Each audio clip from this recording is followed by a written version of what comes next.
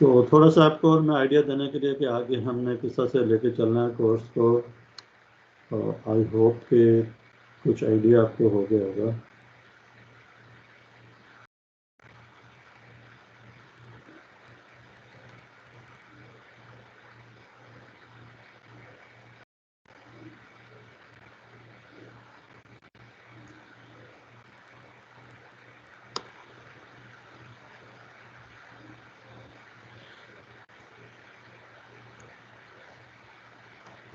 So this is your lecture number 16. Screen share हो रही है? Can you see the slides? Yes, sir. So this is week 10, and we are going to start chapter 5 of your textbook, and it is series DC circuits. अब इसमें तीन चीज़ें हैं। Number one series, second is DC and third one is circuit. Circuit आपको मैंने बता दिया कि सर्किट क्या होते हैं, ठीक है। और सीरीज सर्किट क्या होंगे वो अभी हम देखते हैं। और डीसी का मतलब क्या है, what is DC and what is AC. DC और एसी का आइडिया है ना आपको? काफ़ी टाइम से हम ये डिस्कशन।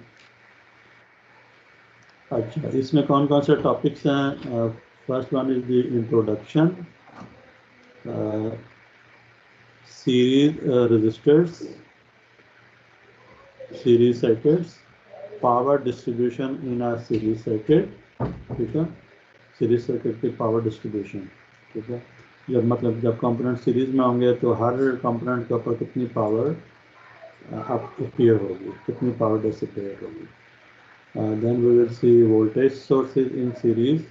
अब वोल्टेज सोर्सेज जो है ना वो उनको भी हम सीरीज में कनेक्ट कर सकते हैं, कंपोनेंट्स को भी सीरीज में कनेक्ट कर सकते हैं, और वोल्टेज सोर्सेज को भी हम सीरीज में कनेक्ट कर सकते हैं। इवन चैप्टर 46 में देखेंगे इनको हम पैरेलल में भी कनेक्ट कर सकते हैं, वोल्टेज सोर्सेज रजिस्टर्स वगैरह को।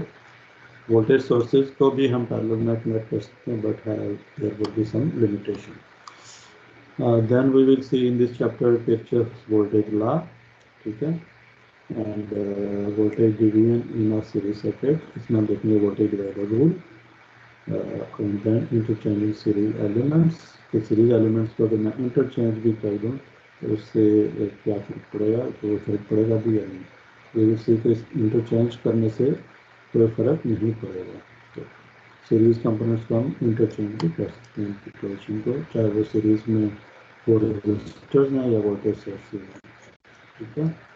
So these are the topics that we will go through one by one.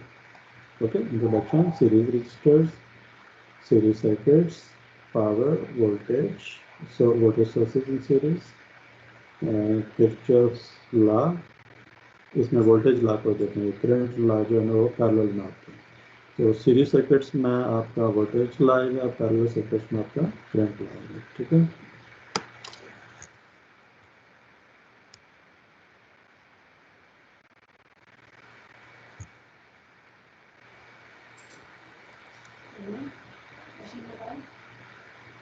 So there are two types of voltage sources, and as a result there are two types of currents that would result. One is called the DC current and the other one is called the AC current or alternating current, ठीक है, sinusoidal alternating current. Sinusoidal इसलिए कि हमारे जो water से जो supply आ रही है that is sinusoidal, sine wave है, ये तो साइन वेव है, ठीक है, साइनोसाइडल है। साइनोसाइडल वेव फॉर्म देखी हुई आप लोगों ने, कैसी होती है?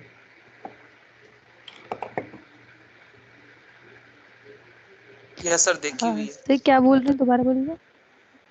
साइन वेव देखी हुई आप लोगों ने, sine wave? Yes sir, yes sir. सही। तो जो आपकी जो वोल्टेज और करंट है ना, जो आप वापडा से आ रही है वो साइनोसाइडल है, ठीक है। इसको कहते हैं एसी, अल्टरनेटिंग। अल्टरनेटिंग का मतलब है कि अगर मैं टाइम के साथ उसको प्लॉट करता हूँ ना, तो टाइम के साथ उस वेवफॉर्म को जब मैं प्लॉट करता हूँ तो हर इंस्टेंट के ऊपर उसकी वैल्यू चेंज होती रहती है, हर इंस्टेंट के ऊपर उसकी वैल्यू चेंज होती रहती है, डिफरेंट होती है, ठीक है। जबकि जो डायरेक्ट करंट होता है डीसी, उसको अगर मैं प्लॉट करता हूँ टाइम के साथ, तो हर टाइम इंस्टेंट के ऊपर उसकी वैल्यू सेम रहती है, ठीक है। डीसी जो होती है वो एक कांस्टेंट आपके पास वेव फॉर्म होती है, ठीक है। कांस्टेंट लेवल की एक वेव फॉर्म या कांस्टेंट लेवल होता है इसका, ठीक है। जो डायरेक्ट करंट है उसकी वैल्यू कांस्टेंट रहती है। So direct current is the one in which ideally the flow of charge और current does not change in magnitude और डायरेक्शन विद टाइम। तो इसमें दो चीज़ें उसने बात की हैं। One is the magnitude. Magnitude का मतलब है उसकी वैल्यू, जैसे 1 एम्पेयर है तो वो 1 एम्पेयर ही रहता है थ्रू आउट द टाइम। अगर मैं उसको टाइम के अगेंस्ट प्लॉट करता हूँ तो हर टाइम इंस्टेंट के ऊपर उसकी वैल्यू, उसका जो मैग्नीट्यूड है उसकी वैल्यू सेम रहती है। तो 1 एम्पेयर है तो 1 एम्पेयर ही रहेगी थ्रू आउट। तो डायरेक्शन जो है, डायरेक्शन आपने देखी भी है, करंट की डायरेक्शन किसी भी कंपोनेंट में, वो आपकी डायरेक्शन हमने देखी थी जो आपका चैप्टर 3 है आई थिंक, रेजिस्टेंस का, नहीं 4, वोल्टेज एंड पावर वाला, जो Ohm's law voltage and power, उसमें हमने डायरेक्शन की बात की थी। देखा था आपने कि रजिस्टर में करंट जो है ना वो लेफ़्ट टू राइट या राइट टू लेफ़्ट फ्लो करता है। तो करंट की एक डायरेक्शन होती है कि करंट जो है ना वो सोर्स से निकल रहा है, ठीक है। इस तरह से रजिस्टर में वो लेफ़्ट से एंटर हो रहा है, उसकी एक डायरेक्शन होती है। तो डायरेक्शन भी डीसी के केस में डायरेक्शन सेम रहती है, डायरेक्शन चेंज नहीं होती, ठीक है। एसी के केस में मैग्नीट्यूड भी चेंज होता है और डायरेक्शन भी चेंज होती है, ठीक है। डायरेक्शन जो है ना, दो ही पॉसिबिलिटीज हैं, राइट टू लेफ्ट और लेफ्ट टू राइट, ठीक है। तो एसी के केस में करंट जो है ना अपनी डायरेक्शन चेंज करता है, right. So in this course we will restrict to circuit analysis purely from a DC approach. तो हमारा जो इस चैप्टर में या इस कोर्स में हम सिर्फ DC से ही डील कर रहे होंगे। We are not taking any AC source, ठीक है।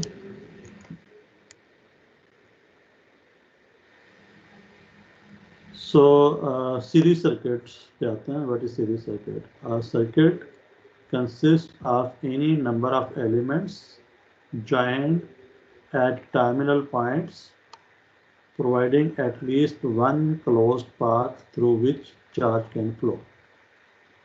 तो इसमें दो चीज़ें उसने कही हैं। नंबर वन इज के जो एलिमेंट्स हैं जो they are joint at terminals, ठीक है। और दूसरी जो चीज़ की है कि सर्किट उस वक्त कहेंगे उसको जब वो एक क्लोज पाथ बना रहा होगा, सो दैट उसमें से चार्ज फ्लो हो सके या करंट फ्लो हो सके। तो करंट फ्लो करने के लिए क्लोज पाथ होना जरूरी है, ठीक है।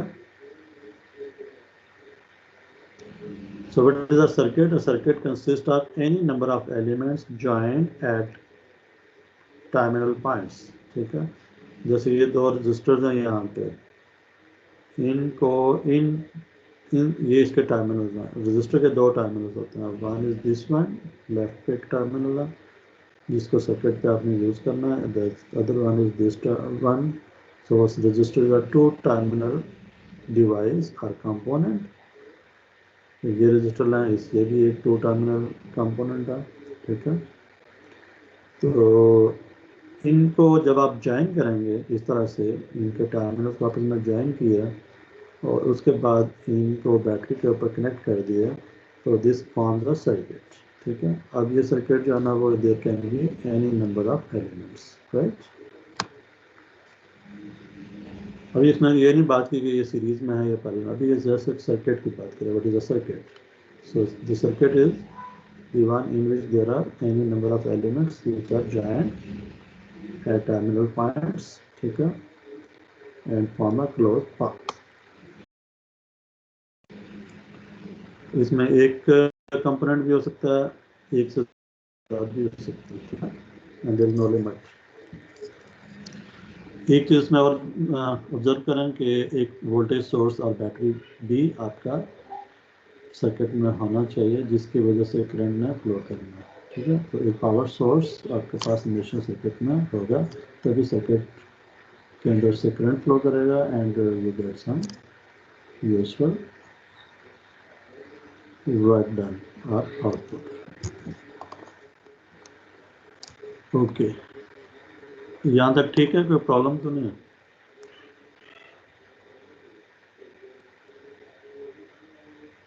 समझ आ रही है बात? Yes sir.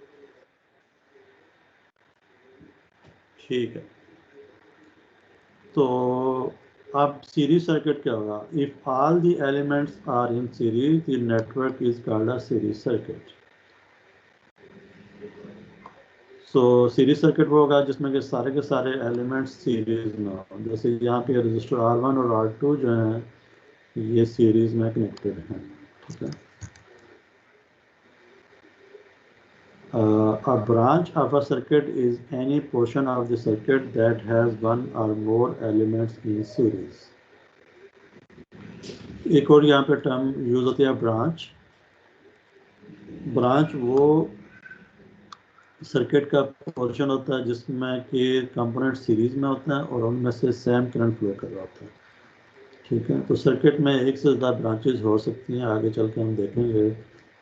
तो यहाँ पे शायद आपको ज़्यादा क्लियर विजिबल ना हो, but branch is the portion of the circuit in which the components are connected in series and later on we will see के सीरीज में जब कंपोनेंट्स कनेक्टेड होंगे तो उसमें से सेम करंट फ्लो कर रहा होगा। अब ये बात कर रहा है सीरीज सर्किट की। सीरीज सर्किट होता है क्या? ठीक है, so two elements in a circuit are in series। ठीक है, यहाँ पे दो एलिमेंट्स की बात कर रहा है और एलिमेंट्स अगर दो से ज़्यादा होंगे तो फिर देखते हैं उसमें तो दो से ज़्यादा एक सीरीज सर्किट में कम जो एलिमेंट्स हैं वो दो या दो से ज़्यादा हो सकते हैं। So two elements first of all would be in series if they have only one terminal in common, that is one lead of one is connected to only one lead of the other। Lead का मतलब है terminal. ठीक है, इसको lead भी कहते हैं। ये जो आपको रजिस्टर के दो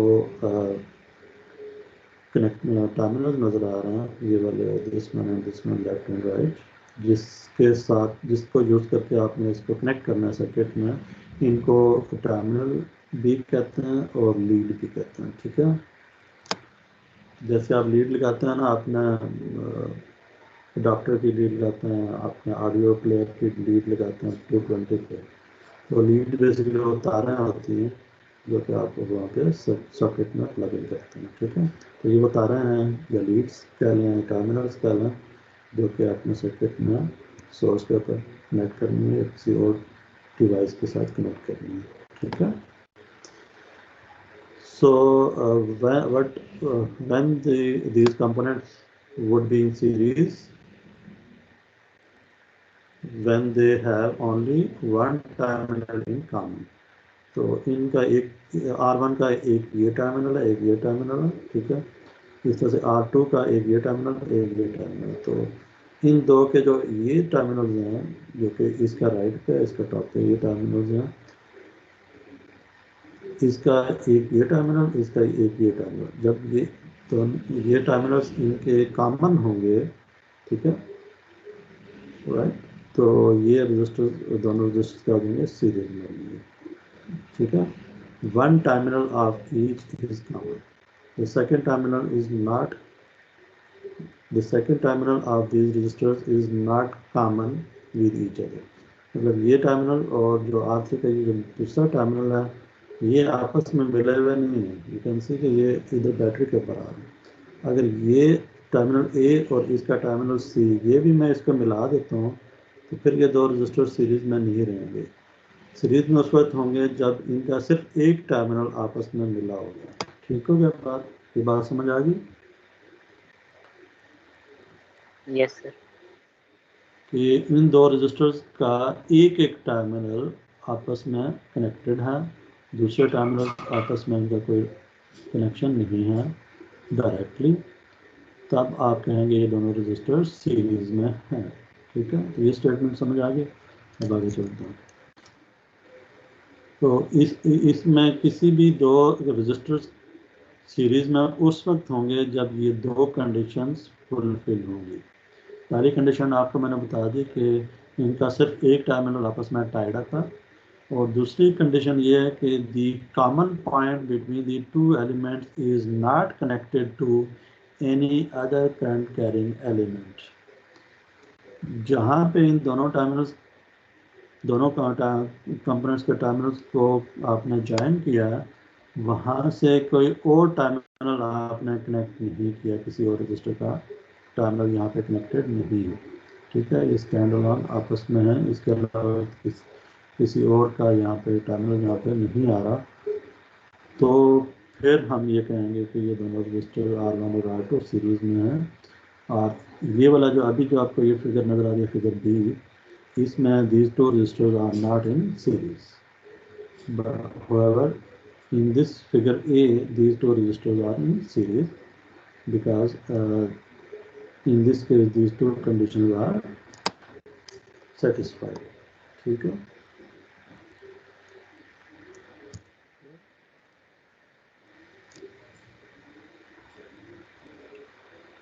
तो यूँ समझ लो कि आप सीरीज सर्किट इस तरह से हैं कि आप जो लेट से आपके पास एक लंबी सी रोप है, रस्सी है, उसको आपने पीसेस में काट दिया, और पीसेस में काटने के बाद आप उसको दोबारा ज्वाइन कर रहे हैं इस तरह से कि वापस वो पूरी रोप आपकी बन जाए, इस तरह से कि आप उन पीसेस को के एक एक एंड को आपस में ज्वाइन करते जाएं। ठीक है ना, देन वो सारे पीसेस जो है ना वो सीरीज में आ जाएंगे। ठीक है, आज एक्चुअली मेरे पास वो वाइट बोर्ड नहीं है, इसलिए मैं यहाँ पे कुछ आपको लिख के नहीं दिखा सकता रहा, अदरवाइज मैं शायद यहाँ पे कुछ कर सकता हूँ राइटिंग।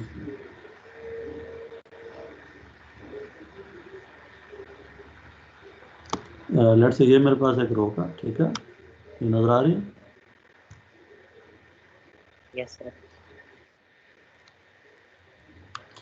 इस रो को ना मैं डिफरेंट सॉरी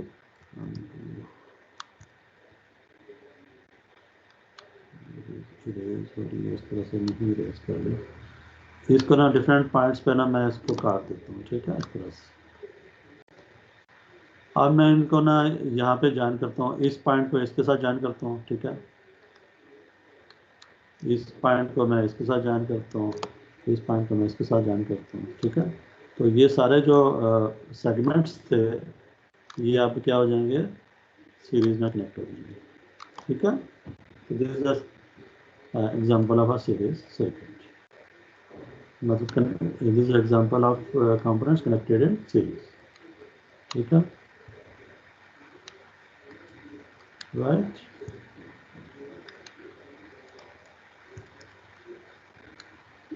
तो सिर्फ एक एक पॉइंट को मैंने जोड़ते जाऊंगा कंपोनेंट्स को, तो वो क्या हो जाएंगे, सीरीज में आ जाएंगे। सही।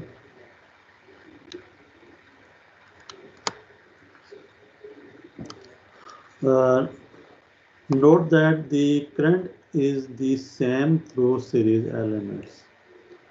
You can see कि series elements में करंट जो है ना वो सेम होगा।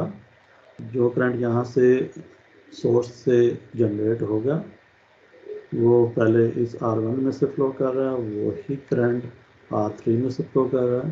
There is no other path for the current to go. जो भी करंट इस R1 में से जाएगा वही R2 में से होता हुआ वापस सोर्स में आएगा। ठीक है, तो this is the path of the current. Okay, तो सीरीज सर्किट की सबसे जो पहली प्रॉपर्टी है वो ये है कि सीरीज सर्किट में जितने भी कंपोनेंट्स कनेक्टेड होंगे, जितने भी रजिस्टर्स कनेक्टेड होंगे, उन सब में सेम करंट फ्लो करेगा। ठीक है,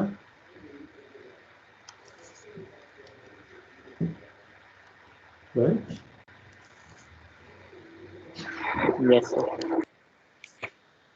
ये बिल्कुल सिंपल सा कंसेप्ट है, मतलब इसको ऐसा समझ लें कि अगर मैं पानी के पाइप्स है ना, जिस तरह मैंने रस्सी को जोड़ा था ना, इस तरह से मैं प्लास्टिक का एक पानी का पाइप लूँ, उसको डिफरेंट उसके सेगमेंट्स बनाऊँ, सेगमेंट्स मेरे पास अगर हैं, उन सेगमेंट्स को मैं जोड़ दूँ एंड टू एंड, ठीक है ना, 3-4 सेगमेंट्स आप समझ लो, और फिर उसमें से मैं वाटर इसको ना मोटर के साथ कनेक्ट कर दूँ, मोटर के पंप के साथ, और मोटर को ऑन करूँगा, तो अब सारे सेगमेंट्स में जब वाटर का फ्लो क्या होगा, सेम रहेगा, ठीक है, क्योंकि वो सारे कंपोनेंट्स, सारे जो सेगमेंट्स हैं पाइप के, वो सीरीज में कनेक्टेड हैं, तो पानी का जो फ्लो है वो सब में सेम रहेगा, ठीक है ना। एज्यूम कर रहा हूँ कि मैं इसमें कोई लीकेज नहीं है किसी पॉइंट के ऊपर, ठीक है, आपने जो सेगमेंट्स हैं उनको टाइटली ज्वाइन किया प्रॉपरली, और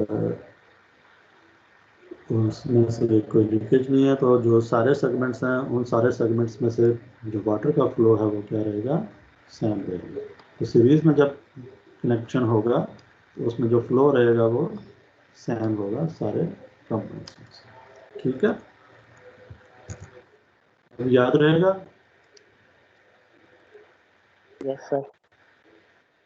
तो सीरीज कंपोनेंट्स को ना आप हमेशा वाटर एनालॉजी के साथ देखा करें, वो ज़्यादा आपको बेहतर आइडिया देगी कि करंट जो है ना, करंट क्या चीज़ है, current is the flow of charge, तो फ्लो ऑफ चार्ज जो है ना, वो आपको पता है इलेक्ट्रॉन्स मूव करके जाते हैं, तो उसको आप पानी को समझ लें कि पानी जिस तरह से फ्लो कर रहा है, जिस तरह से चार्ज ने फ्लो करना है, ठीक है, तो पानी किस तरह से फ्लो करता है, सीरीज सीरीज जो सेगमेंट्स हैं उनमें इस तरह से फ्लो करता है कि वो सेम रहता है थ्रू द सीरीज सेगमेंट्स, ठीक है, तो इस तरह से चार्ज भी सेम रहेगा, और charge is nothing but current, ठीक है। करंट की क्या डेफिनेशन हमने देखी थी, current is the flow of charge, I is equal to Q by T per unit time, ठीक है, I is directly proportional to charge, okay, alright, so the total resistance of a series circuit is the sum of all resistances connected in series. अभी आपने देखा कि इसमें ना circuit में series में रेजिस्टर्स कनेक्टेड हैं, तो इसकी अपनी वैल्यू होगी कुछ, इसकी कोई अपनी वैल्यू होगी, ये 10 ओम का या जैसे 5 ओम का है, ठीक है, तो इफेक्टिवली टोटल रेजिस्टेंस इस सीरीज सर्किट की कितनी होगी, that is called the RT, RT is the total resistance of the series circuit, and it is the sum of all resistances connected in series. So जैसे ये 10 ओम का है, ये 5 ohm का, तो total resistance would be 15 ohm, ठीक है, sum of all the resistors connected in series. अगर एक और भी होता है यहाँ पे 10 ओम का और भी यहाँ लगा होता तो कितने हो जाते, 25 ओम हो जाते, ठीक है ना, तो जस्ट उनको क्या करना है, आपने ऐड कर देंगे, तो ऐड करते जाएंगे, तो ऐड करने से टोटल रेजिस्टेंस क्या आ जाएगी, सम ऑफ ऑल दीज रेजिस्टर्स, ठीक है, सीरीज से, ओके,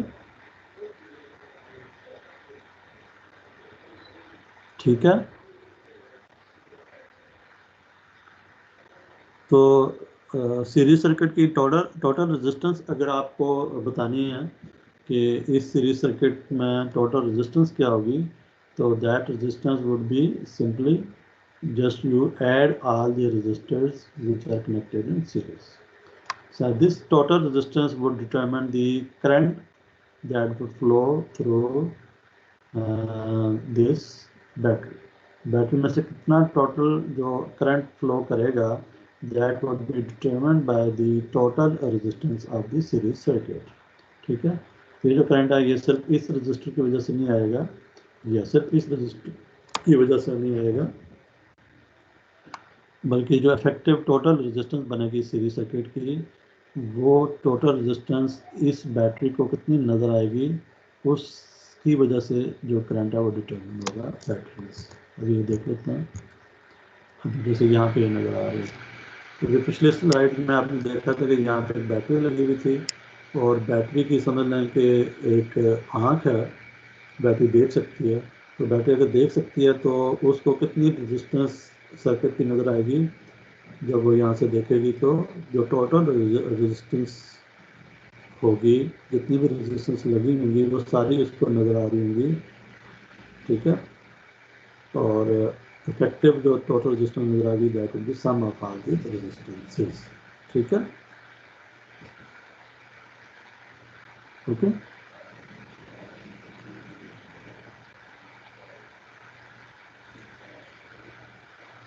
तो अगर मैं सीरीज में रेजिस्टेंसेस और लगाता जाऊंगा, मज़ीद बढ़ाता जाऊंगा, तो इस सोर्स को जो रेजिस्टेंस जो नज़र आएंगी वो बढ़ती जाएगी या कि कम होती जाएगी, क्या होगा?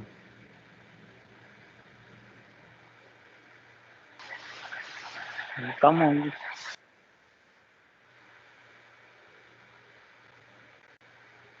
मैं ये कह रहा हूँ कि ये लेट से 2 रजिस्टर लगे हुए थे, ठीक है, एक 10 ओम का था, एक 5 ओम का। अभी इसको कितने नज़र आएंगे टोटल रेजिस्टेंस? 15 ओम। इसके साथ मैं एक और रेजिस्टेंस ऐड कर लेता हूँ 10 ओम की। सर तो इंक्रीज होंगी ना। इस बैटरी को जो क्योंकि रेजिस्टेंस नज़र आएगी वो पहले की निस्बत क्या होगी? ज्यादा बढ़ नजर ज्यादा जाएगी आएगी। या कम? ज़्यादा होती जाएगी। जितनी रेजिस्टेंस मैं इसमें ऐड करता जाऊँगा उतना जो है वो इस बैटरी को रेजिस्टेंस जो है ना वो ज़्यादा नज़र आती जाएगी, ठीक है, बढ़ती जाएगी, ठीक है। और जितनी रेजिस्टेंस मैं यहाँ पे ऐड करता जाऊँगा, करंट के ऊपर क्या फ़र्क पड़ेगा? करंट कम होगा या ज़्यादा होगा?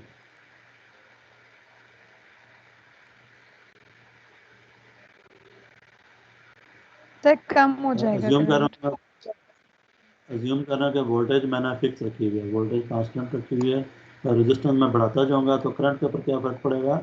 अनम ने कम बताया हो कि जाएगा करंट कम सर। होगा। बिल्कुल सही बात है, बिल्कुल सही कह रही है कि करंट कम होता जाएगा। जो जो मैं रेजिस्टेंस सीरीज में ऐड करता जाऊंगा, करंट जो है ना वो कम होता जाएगा, ठीक है। करंट क्यों होगा? क्योंकि रेजिस्टेंस क्या हो रही है? बढ़ रही है। जब रेजिस्टेंस बढ़ रही होगी तो करंट कम हो जाएगा, क्योंकि current is equal to V by R. R denominator में, इनवर्सली डिनोमिनेटर में, प्रोपोर्शनल। बिल्कुल। तो उसकी वैल्यू बढ़ती जाएगी तो करंट की वैल्यू कम होती जाएगी, ठीक है। तो सीरीज सर्किट की थोड़ी सी प्रॉपर्टीज आपको नजर आना शुरू हुई हैं कि सीरीज सर्किट में पहली बात यह कि सारे कंपोनेंट्स में करंट सेम रहता है। दूसरी चीज़ ये है कि रेजिस्टेंस जो है, टोटल रेजिस्टेंस, वो अगर मैं रेजिस्टेंस सीरीज सर्किट में ऐड करता जाऊँ तो टोटल रेजिस्टेंस बढ़ती जाएगी, और total resistance would be equal to sum of the all the resistance connected in series. और तीसरी चीज़ हमने देखी है कि जो वोल्टेज सोर्स है वो अगर देख सकता है, उसकी आँख अगर है, तो जो उसको टोटल रेजिस्टेंस नज़र आएगी वो that would be the sum of all the resistors, ठीक है। तो इफेक्टिवली इसे नीचे वाला सर्किट देखें, इसको कहते हैं सर्किट इक्विवेलेंट।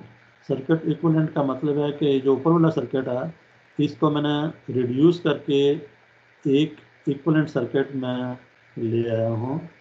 इफेक्टिवली ये सर्किट जो इक्विवेलेंट सर्किट है और जो ऊपर वाला सर्किट है, इस सोर्स के लिए दोनों में कोई फ़र्क नहीं है, क्योंकि दोनों सर्किट्स में जो सोर्स को रेजिस्टेंस नज़र आ रही है that is R1 plus R2, और इसको मैंने एक रेजिस्टेंस के साथ यहाँ पे रिप्रेजेंट कर दिया और उसकी वैल्यू मैंने रख दी R1 प्लस R2।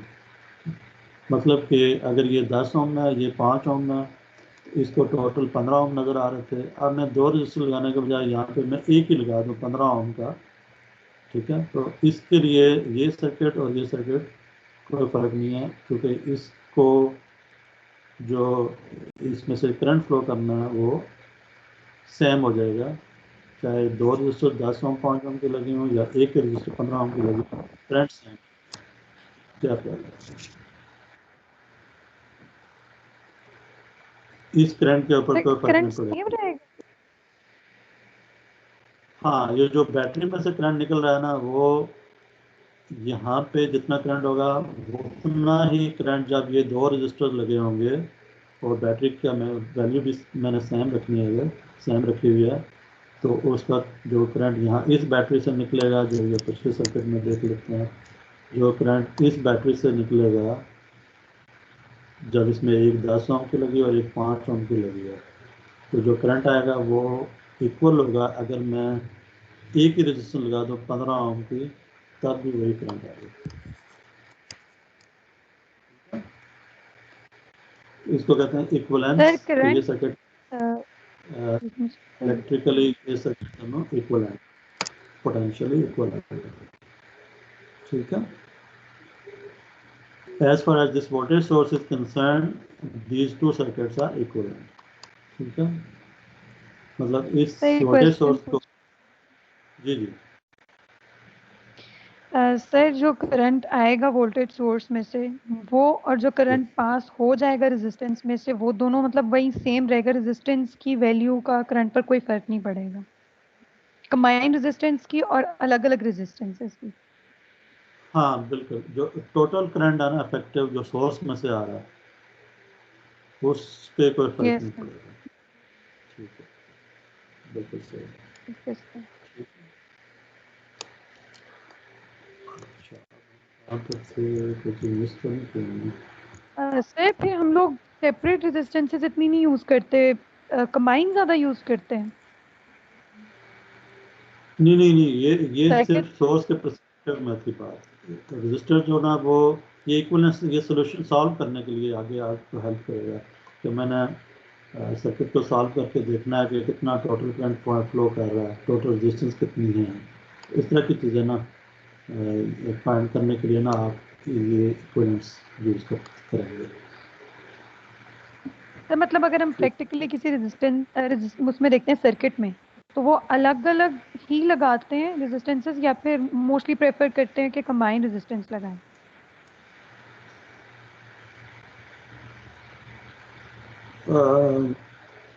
इसका अभी जो है ना ये एप्लीकेशन के ऊपर डिपेंड करता है, आंसर करना ज़रा मुश्किल होगा, ठीक है, डिपेंड अपॉन द सिनेरियोस, ठीक है। कोशिश ये होती है कि सर्किट को सिंप्लीफाइड रखें, मोस्ट ज़्यादा जो हमारा ऑब्जेक्टिव ये होता है इसके लिए। तो अगर हम किसी जगह पे रजिस्टर्स कंबाइन करके एक ही रजिस्टर लगा सकते हैं तो दैट इज प्रेफरेबल। लेकिन ये जो रेजिस्टेंसेस अभी जो आप जिस पर्सपेक्टिव में अभी पढ़ रहे हैं ना, उसमें इन रजिस्टर्स का इंडिविजुअली रोल है। मतलब ये रेजिस्टेंस अगर हम बात करें, जैसे आप जैसे लेट्स से आपने देखा होगा ये जो एक सीरीज में बल्ब लगे होते हैं, जैसे ये चाइना की एक और लाइटिंग की एक एरे आती है ना, ठीक है ना, चाइना की, जिसमें एलईडीज लगी होती हैं डिफरेंट कलर्स की, ठीक है। Yes sir. तो वो एलईडीज बेसिकली सीरीज में लगी होती हैं, ठीक है। अब एक जो आपकी वो लड़ी सी होती है उसमें 40-50 एलईडीज अगर लगी हुई हैं, तो हर एलईडी का एक अपनी आइडेंटिटी है ना, ठीक है। तो वो सारी एलईडीज जब जलती हैं तो फिर ग्लो करती हैं, तो फिर एक आपको अच्छी लगती हैं, ठीक है ना।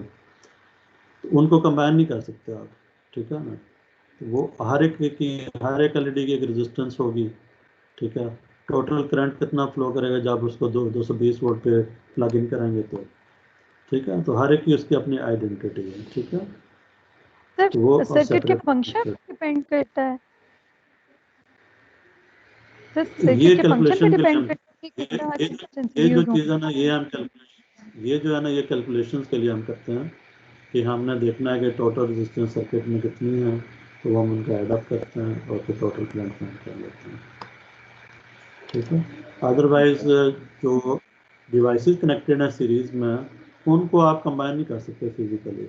जैसे मैंने आपको एलईडी की एग्जांपल दी है कि हर एक एलईडी की अपनी फिजिकल वहाँ पे प्रेजेंस है, उनको मैं कंबाइन करके एक एलईडी नहीं बना सकता, ठीक है। This is just for calculation.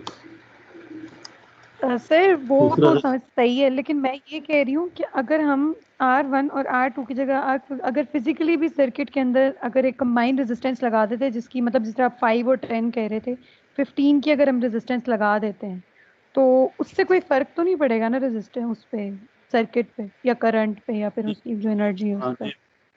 Current पे कोई फर्क नहीं पड़ेगा, बिल्कुल सही कह रहे हैं। वही तो चीज़ मैंने आपको समझाई है कि ये दोनों सर्किट इक्वल हैं as far as this current is concern. So note that the total resistance is actually the slide part not actually the resistance seen by the battery as it looks into the series combination of elements. Okay. So this is the total resistance which is actually seen by the battery. The only resistance the source sees is the total resistance. Source जो देखता है वो सिर्फ ये total resistance देखता है. इसको नहीं पता कि आगे ये resistors किस तरह से कनेक्टेड है, कहाँ पे कनेक्टेड है, ठीक है, किस वैल्यू पे है, ठीक है. It only sees this total resistance. So it is totally unaware of how the elements are connected to establish RT. आगे चल के देखेंगे इसको नहीं पता कि ये सीरीज में कनेक्टेड है या पैरेलल में कनेक्टेड है, तो उसको सिर्फ एक टोटल इफेक्टिव रेजिस्टेंस नजर आएगी. तो सीरीज में तो इस फार्मूले में से कंप्यूट होंगी, पैरेलल में तो वो उसका फार्मूला हम देखेंगे कि सीरीज पैरेलल में तो उसका क्या फार्मूला होगा, बट उसको ना नहीं पता कि आगे रजिस्टर सीरीज में या पैरेलल में how they are connected, that is totally unaware. ठीक है. सो ये फार्मूला क्या है, this is an R basically क्या है, R T of n resistor of same value in series. ठीक है. सो अगर हमारे पास n नंबर ऑफ रजिस्टर्स हैं और वो सीरीज में कनेक्टेड हैं और सेम वैल्यू के हैं, तो total resistance would be n times r हो जाएगी. ठीक है. ये ऑब्वियस सी बात है कि अगर ये सारे रजिस्टर सेम वैल्यू के हैं, जैसे ये भी 10 का है, ये भी 10 का है, तो टोटल कितनी हो जाएगी, 20 हो जाएगी. ऐड करेंगे तो या 2 इंटू 10 कर दें, 2 इंटू 10 भी 20 होता है. अगर एक और रजिस्टर लगा लें 10 ओम का तो 30 हो जाएगी टोटल, या 3 इंटू 10 कर दें तो 30 आ जाएगा. इस तरह से 4 इंटू 10 करें 40 हो जाएगा. Okay.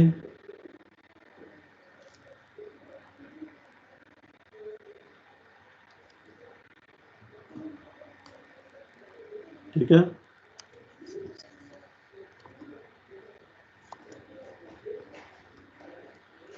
Okay. Once RT is known, the current drawn from the source can be determined using Ohm's law. तो ये करंट हम फाइंड कर सकते हैं यूजिंग ओम्स लॉ. वोल्टेज और रेजिस्टेंस पता है मुझे, तो वो V by R कर देंगे. तो V is the E and R is the total resistance. Total current will be determined using this formula.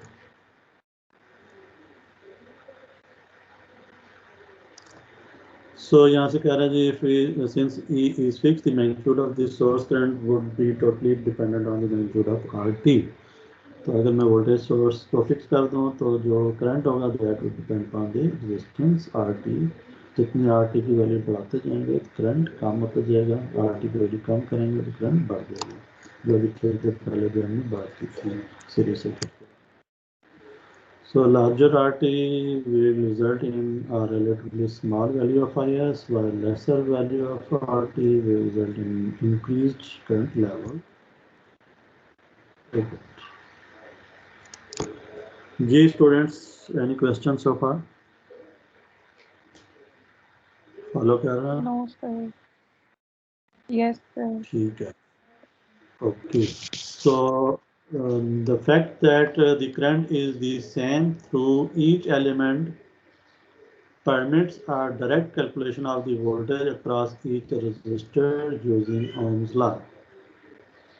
ये कहता है जी कि चूँकि सीरीज सर्किट में हमने देखा है कि करंट हर एलिमेंट में सेम रहता है, तो मैं हर एलिमेंट के ऊपर वोल्टेज कंप्यूट कर सकता हूँ. Direct calculation of the voltage across each resistor.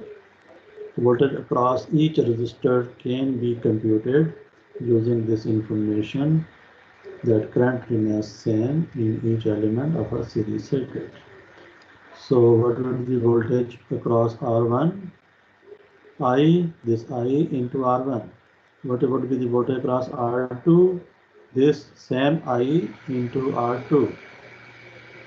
और अगर और रजिस्टर लगे होते हैं सीरीज में तो I into R3, I into R4, and so on, I into Rn. So there are n number of resistors in series.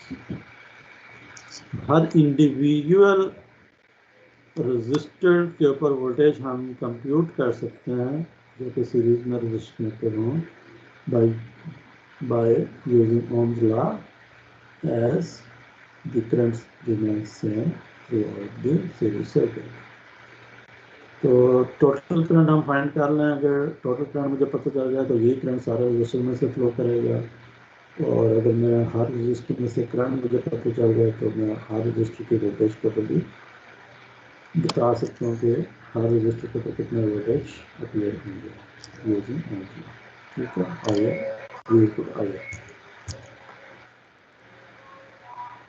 और इसी तरह से पावर कंप्यूट करनी है तो पावर का फार्मूला आपको ये इनमें से कोई भी आप यूज कर सकते हैं। किसी भी रजिस्टर के ऊपर पावर कंप्यूट करनी है तो इसमें से current into the current square into the resistance. तो R1 रजिस्टर के लिए I स्क्वायर इनटू R1। ठीक है, I1 उसने कहा तो I1 बेसिकली R1 में भी वही करंट होगा, R2 में भी, तो I1 और I2 equal I1 is equal to R1, I2 equal to R2, I1 will be equal to I2 will be equal to I। So ये क्या चीज़ है, what is the power delivered by the source? तो source में से कितनी power deliver होगी? You know battery जब आप यूज़ करते हैं तो आपने एक चीज़ पढ़ी थी ampere hour rating of a battery, कितना बैटरी में से करंट निकलेगा, कितनी देर आपका बैटरी में से करंट निकल रहा होगा, वो उसकी एम्पियर आवर रेटिंग होती है, और वही बताती है कि बैटरी कितनी देर में डिस्चार्ज हो जाएगी। इसमें मतलब बैटरी में से पावर आप कंज्यूम करते जा रहे हैं, तो बैटरी कितना करंट डिलीवर करेगी, that current into the voltage would give me the power delivered by the battery.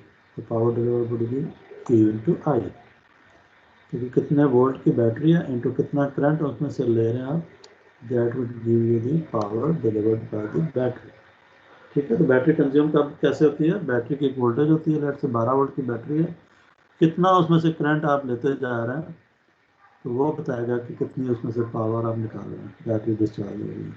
तो करंट बढ़ाते जाएंगे तो पावर, ये वोल्टेज कांस्टेंट रहती है, वोल्टेज कांस्टेंट रहती है, करंट जो है ना वो चेंज होता रहता है। करंट किस पर डिपेंड कर रहा था, जो सर्किट में कंपोनेंट्स कनेक्टेड हैं, ठीक है, उन पर। लेट से एक पंखा चला रहे हैं, 2 पंखे चला रहे हैं, कितने पंखे चला रहे हैं आप, तो जितने ज़्यादा पंखे चला रहे होंगे तो उतना करंट ज़्यादा बैटरी में से निकल रहा होगा और जल्दी बैटरी डिस्चार्ज हो जाएगी।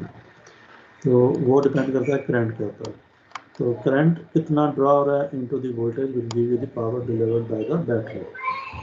ठीक है, तो फिजिकल सिग्निफिकेंस भी मैंने आपको बताई कि पावर डिलीवर का मतलब क्या है। ठीक है ना, यूपीएस की एग्जांपल देख के मैंने आपको आइडिया दिया कि पावर डिलीवर का क्या मतलब है। ठीक है, तो बैटरी की पावर डिलीवर कैसे निकालते हैं, किसी सोर्स की कि जो बैटरी की वोल्टेज है इनटू द करंट। ठीक है,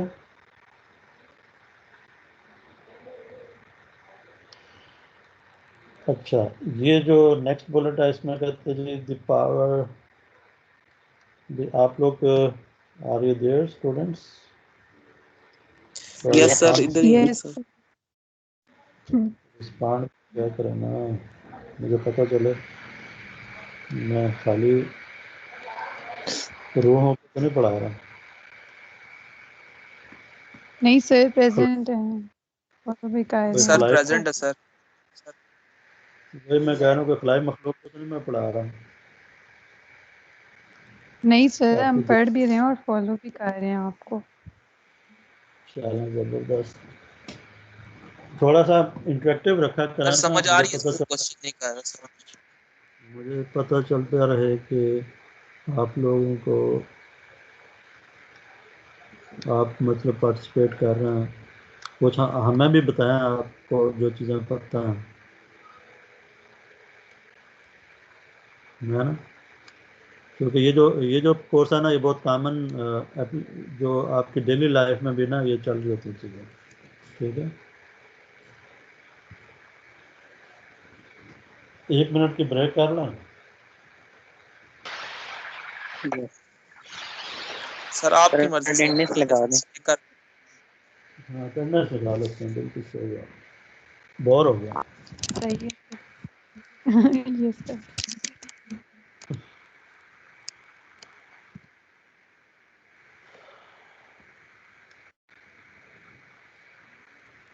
ग्यारह स्टूडेंट्स हैं अभी और आउट ऑफ आई थिंक आपकी 17 लोग हैं शायद। Yes, Abdul Aziz are you there? वैसे क्लास में कितना टाइम रहता है? सर 18 मिनट है सर। सर रीका ने अभी लीव की है थोड़ी देर पहले, उसके नेट का इश्यू था, वो दोबारा ज्वाइन कर लेगी। ठीक है, मैं एंड पे दोबारा अटेंडेंस ले लूँगा। चलो चौधरी ठीक है सर। मोहम्मद अतहर अरशाद।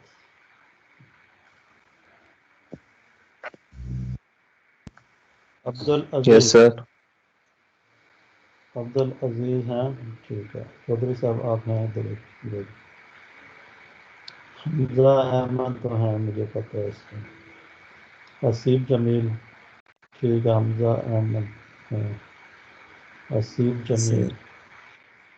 अब्दुल राफिद। असीब जमील लगता है कि बेड से उठा ही नहीं है, ये बेड पे नहीं पड़ा सर, हुआ ऐसी बात नहीं सर। है। अच्छा, अब्दुल राफिद।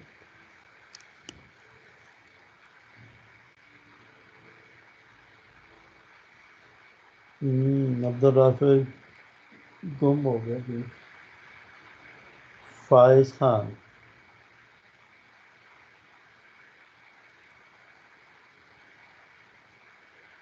साले Mohammad. Yes sir. Shahzeb Sawar. Present sir. Taha नम का तो मुझे पता है। उसामा रेहान फारूकी। Yes sir. हाँ ठीक है यार, क्वेश्चन किया करो ना उसामा, तो समझ आ रही है आपको? Sir yes sir. सर मेरी भी ये बताओ कि जो पावर सप्लाई होती है बैटरी, इसकी कोई आंख होती है? क्या सर? जो बैटरी होती है, बैटरी, इसकी कोई आंख होती है? Yes sir. बिल्कुल सही कहा, क्योंकि अभी हमने स्लाइड में देखा है।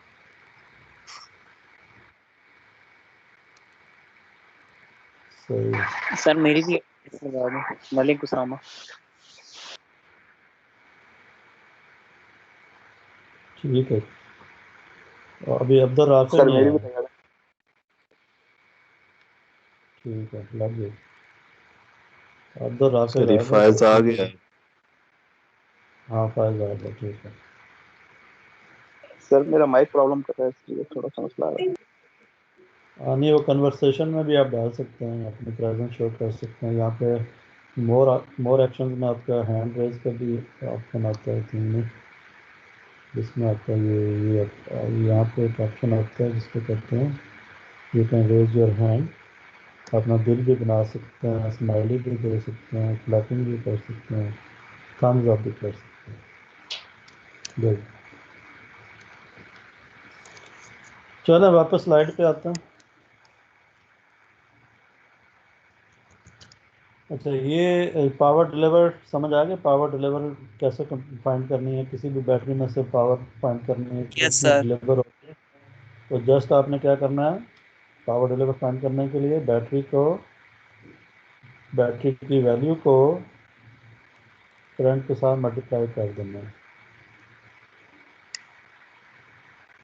ठीक है, जो बैटरी में से करंट निकल रहा है उसके साथ मल्टीप्लाई कर देना है।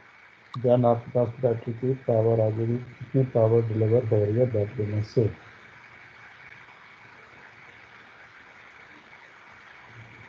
तो उसके बाद ना कहते हैं कि the total power delivered to a resistive circuit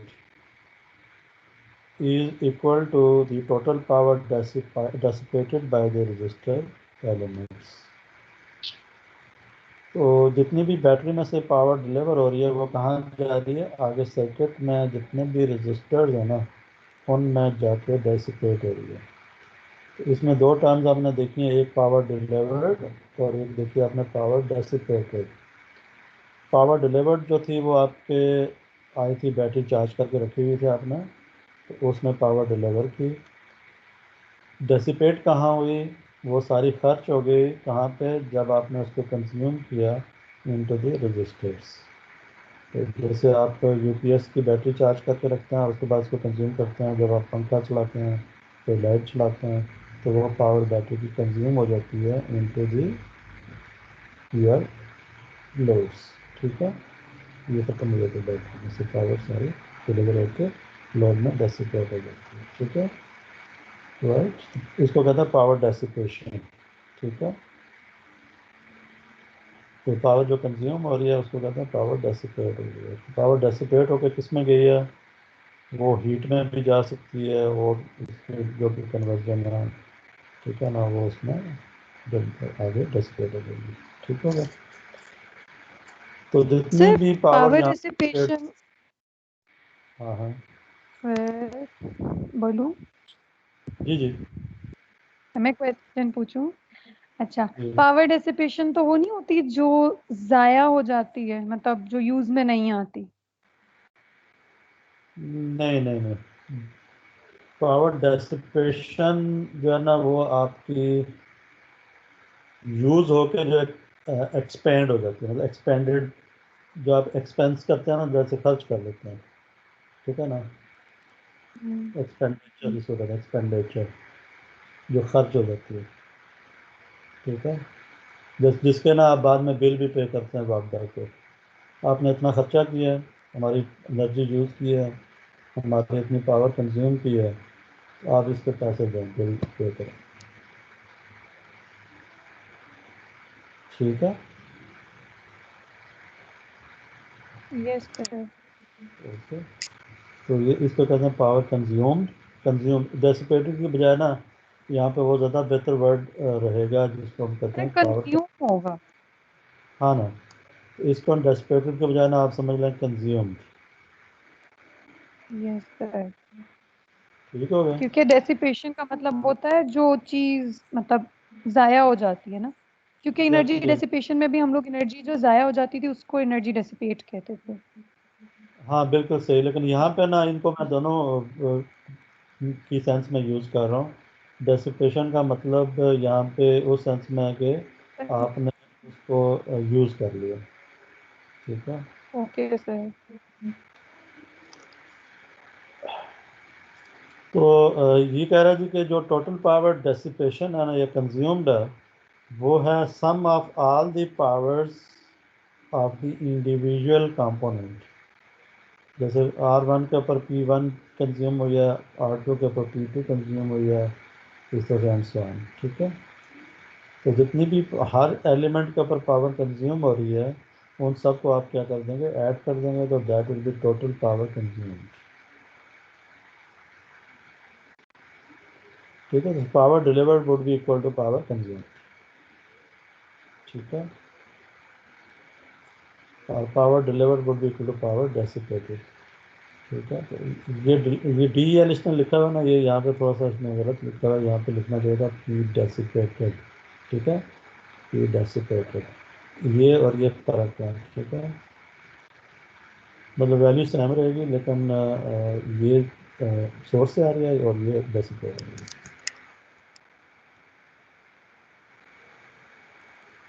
एक एग्जांपल कर लेते हैं, अगर 5 मिनट में हम कर सकें तो।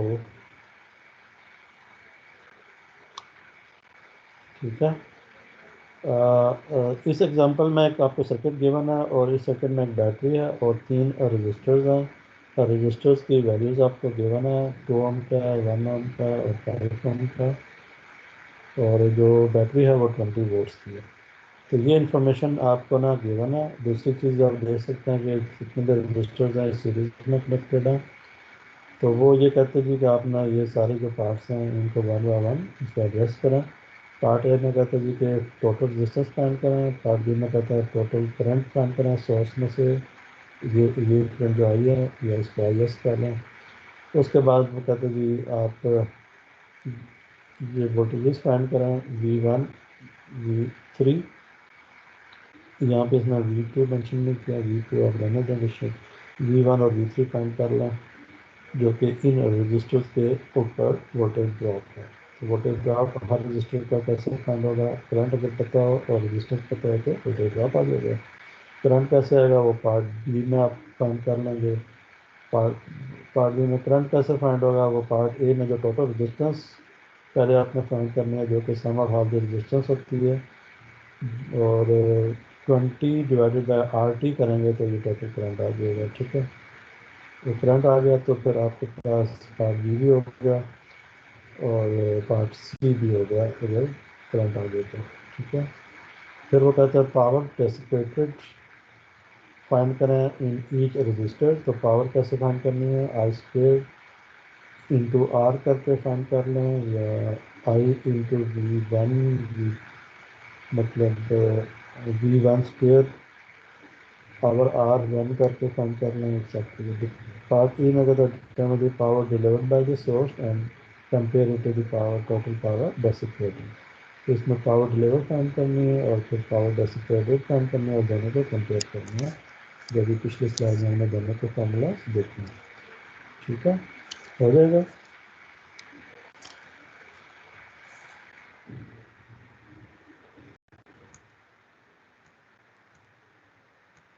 इसने आगे सॉल्व भी किया। पार्ट ए में टोटल रजिस्टेंस फाइंड कर ली, पार्ट बी में करंट फाइंड करना था, तो उसको टोटल रजिस्टेंस को 20 से डिवाइड कर दिया तो टोटल करंट आ गया। और वोल्टेजेस फाइंड करनी है हर रजिस्टर की, तो देखें सब में करंट सेम आ रहा है, हर एक में 2.5 2.5 ये टोटल करंट जो आ रहा है ये हर रजिस्टर में फ्लो करेगा, क्योंकि रजिस्टर सीरीज में है।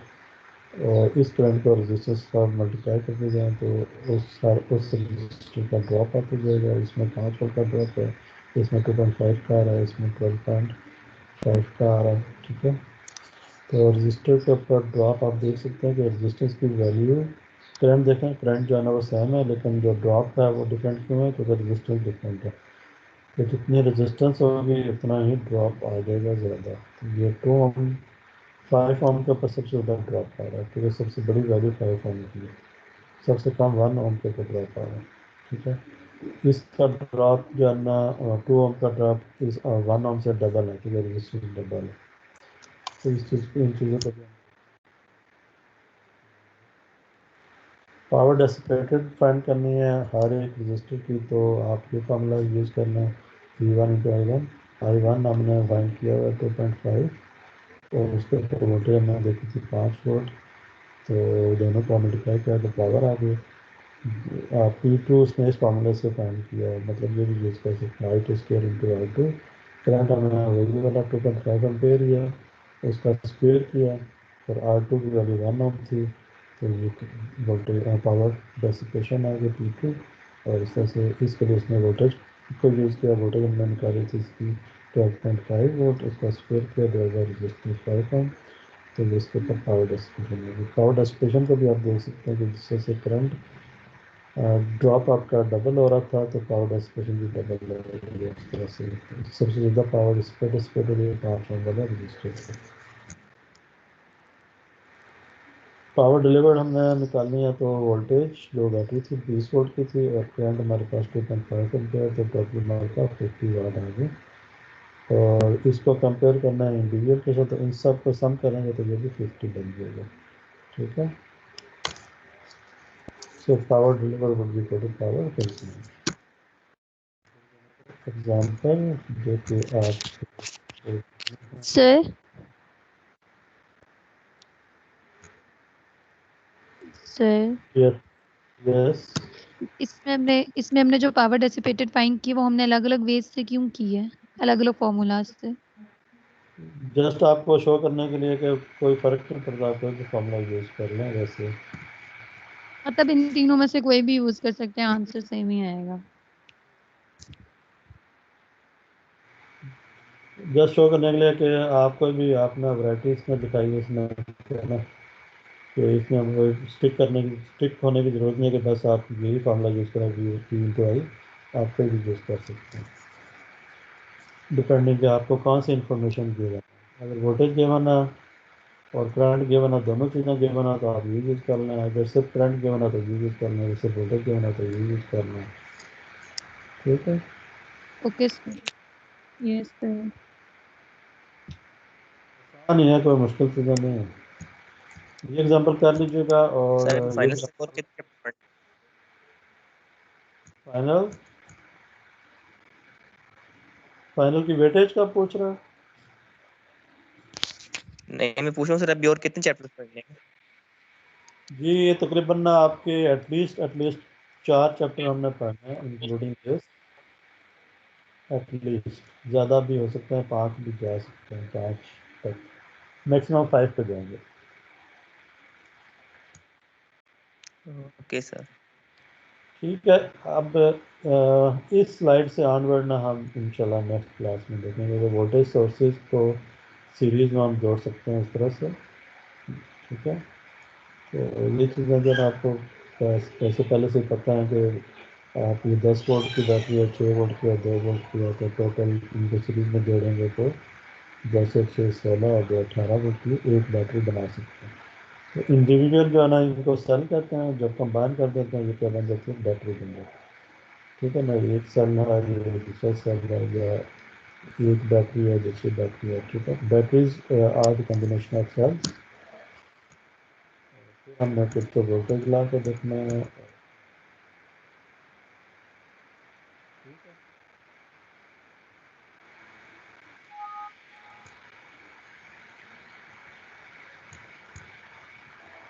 Okay then, any question?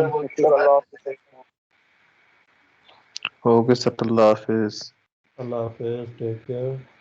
Sir Friday की क्लास शिफ्ट ना कर लें? जी फ्राइडे की क्लास ना मंडे को होगी नेक्स्ट वीक से ऑनवर्ड, लेकिन इस वीक में हम फ्राइडे को ही मिलेंगे। Okay sir. अगर आप फ्राइडे को सेकंड टाइम रखना चाह रहे हैं तो वो मुझे बता दें, और मैं सेकंड टाइम कर दूँगा।